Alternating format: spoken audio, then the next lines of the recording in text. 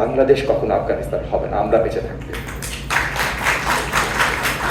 প্রথমে দরকার হলো আসলে বাড়িতে, প্রত্যেকটা মহল্লায়, প্রত্যেকটা রাস্তায় আমাদের অ্যাপ্রিসিয়েশন যে আমাদের আরো উদারতার দিকে যেতে হবে। এই রক্ষণশীলতার বাংলাদেশ আসলে আমাদের আসল সাংস্কৃতিক পরিচয় না, জাতীয় পরিচয় না। এবং আগামীতে যদি আমরা সুন্দর বাংলাদেশ করতে চাই, যেটা নিয়ে আমরা সবাই গর্ব করতে চাই, তাহলে সেটা রক্ষণশীলতার বাংলাদেশ হতে পারবে না। রক্ষণশীলতা যে জায়গাগুলোতে হয়েছে এবং অনেকেই সেই জায়গাগুলোতে নিয়ে অনেক গলা উঁচু করেও কথা বলে, সেটা আফগানিস্তান হোক আর যেই হোক, বাংলাদেশ কখনো আফগানিস্তান হবে না আমরা বেঁচে থাকতে। সো আমি সকলকেই, মানে ইউএন থেকে শুরু করে ঢাকা বিশ্ববিদ্যালয়ের সকলকে রিকোয়েস্ট করব, আমরা মেইন প্রবলেমগুলোর দিকে, এই জায়গাগুলোতে আখ্যায়িত করে এই দিকে তাকাই। পার্লামেন্টে কয়জন নারী আছে এটা অনেক বড়, অনেক পরের, মানে পার্লামেন্টেও আমরা 50% নারী দেখতে চাই, সেটা ভিন্ন বিষয়, বাট সেটা আরো অনেক পরের আলোচনা। রাজনীতিতে আগে 50% নারী আনতে চেষ্টা করি, সকল কর্মক্ষেত্রে 50% নারী আনতে চেষ্টা করি, নারীদের জন্য সহনশীলতা আমরা বাড়াই।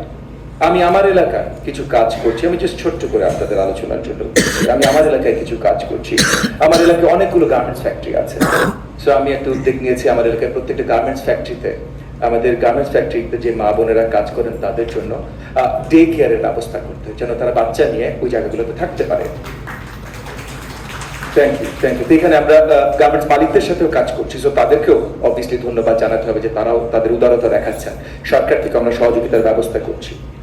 আমরা মাঝে মধ্যে এই রেটরিকে চলে যাই, নারী মায়ের জাত, নারী আমাদের মা, নারীর জন্য সবচেয়ে বড় সম্মান, এবং এটা সত্যি কথা ভাই, নারীর জন্য সবচেয়ে বড় সম্মান, নারী মায়ের জাতি, সব ঠিক আছে, কিন্তু একবার মা বলে এই সম্মানটা দিয়ে ঘরের ভিতরে আটকে দেওয়ার আমাদের যে প্রবণতাটা আছে, এখান থেকে আমাদের বেরিয়ে আসতে হবে। না, আমি এই কথাটা কেন বললাম, আমি এখানে আরেকটা প্র্যাকটিক্যাল এক্সপিরিয়েন্স আপনাদের সকলের সাথে, আজকে এখানে অনেক শিক্ষিত, জ্ঞানী, মার্জিত শ্রেণীর অনেক লোকেরা, মানুষজন এখানে আছেন, বোনেরা এখানে আছেন, তাদের জন্য বলছি। আমি 15 বছর রাজনীতির সাথে সম্পৃক্ত। এই গত 15 বছরে বেশিটা সময় আমার ইউনিয়ন এবং উপজেলা পরিষদ লেভেলে কাটানো হয়েছে। সেই জায়গাগুলোতে আমি যখন স্কুলে যাই, তরুণীদের সাথে কথা বলি, স্পেশালি মেয়েদের স্কুলে যে কথা বলি, 12-15 বছর বয়স, তারা, তাদের সবচেয়ে বড় গর্বের বিষয় হলো তারা নারী, তারা মায়ের জাত।